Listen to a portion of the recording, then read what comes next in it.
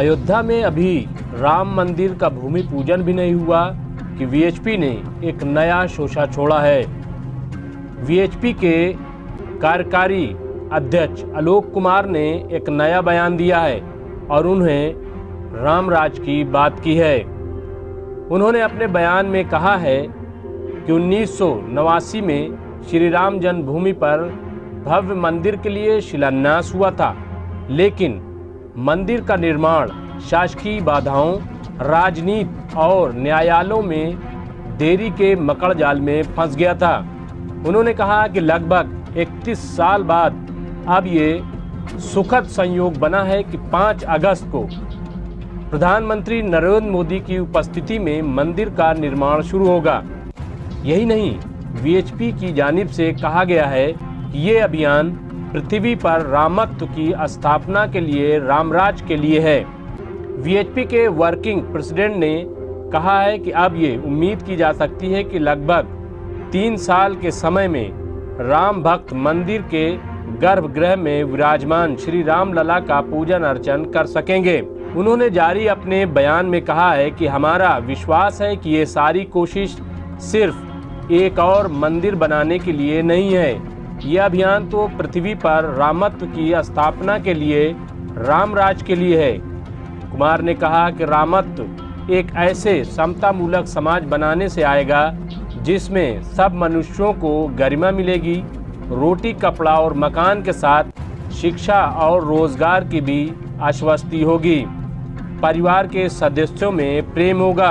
आलोक कुमार ने कहा कि इस उद्देश्य से विश्व हिंदू परिषद के सहयोग से देश के 1 लाख से ज़्यादा गांवों में एकल विद्यालय चलते हैं। इन विद्यालयों की ओर से शिक्षा, संस्कार, स्वच्छता, जैविक खेती और आत्मनिर्भर ग्राम बनाने के काम को गति देंगे। जाहिर सी बात है कि आलोक कुमार ने जो बात कही है वो अच्छी बात तो है, सुनने में भी अच्छी लग रही है, लेकिन सवाल ये है कि रामत्व के लिए क्या मंदिर की तामीर का इंतजार था। सवाल यह है कि गुज़िश्ता 6 साल से मरकज़ में हुकूमत है। इसके साथ ही 3 साल हो गए उत्तर प्रदेश में योगी जी की हुकूमत है। वीएचपी आखिर यहाँ पर अब तक रामराज की बुनियाद क्यों नहीं रख सकी? क्या रामराज की बुनियाद महज मंदिर की बुनियाद पर टिकी हुई है? सवाल यह है कि उत्तर प्रदेश में जिस तरीके से खुरेजी हो रही है, रोज मर्डर हो रहे हैं, यही नहीं बल्कि गुंडे खुलेआम घूम रहे हैं और अपोजिशन की तरफ से बार बार ये कहा जा रहा था कि वादा था रामराज का, लेकिन दे दिया गुंडा राज। सवाल ये है कि ये सूरत क्यों पैदा हुई?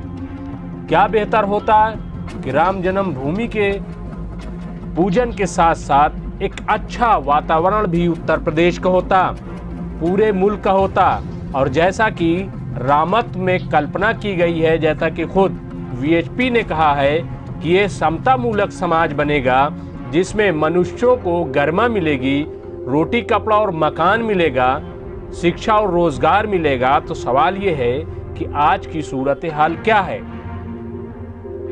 क्या एक तबका डरा हुआ नहीं है? एक तबका सहमा हुआ नहीं है? क्या 80 लाख लोग 5 किलो अनाज के मोहताज नहीं है, जैसा कि खुद वजीर आजम ने कहा? सवाल ये है कि क्या मंदिर की तामीर के बाद से ऐसे रामत्व आएगा?